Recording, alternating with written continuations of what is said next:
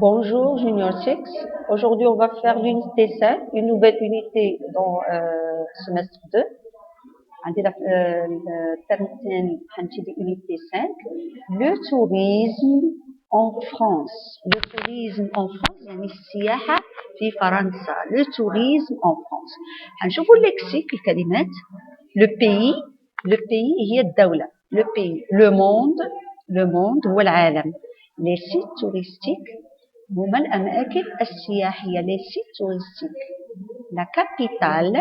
La capitale هي العاصمة.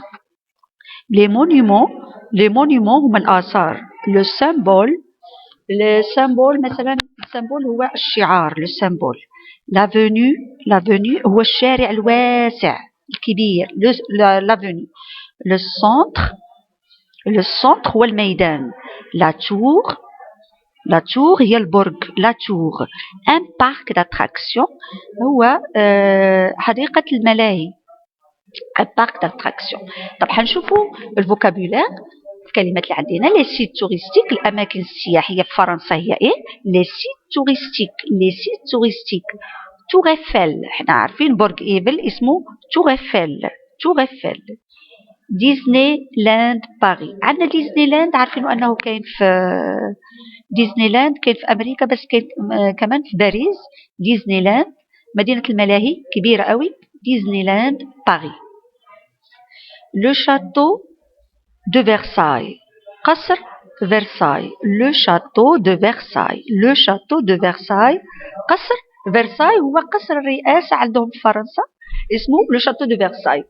Le musée du Louvre اسمه متحف اللوفر اسمه le musée du Louvre وده من أكبر المتاحف في فرنسا اسمه le musée du Louvre.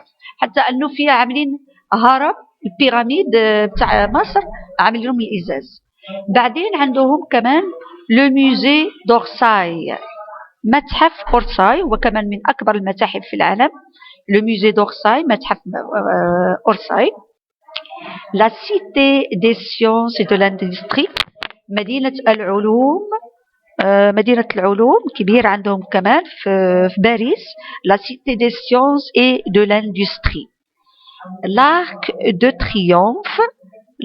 triomphe هو قوس النصر اسمه l'arc de triomphe ده كاين في وسط باريس.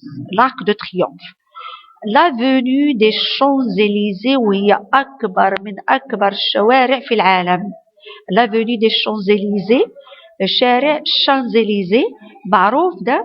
شانزليزي ده بيعملوا فيه احتفالاتهم الأعياد الوطنية كلها بيكون احتفالات زي مثلا هنا 6 أكتوبر كل احتفالاتهم الوطنية بيعملوها هنا في شانزليزي. هنا عندكم حيكون دوفوار.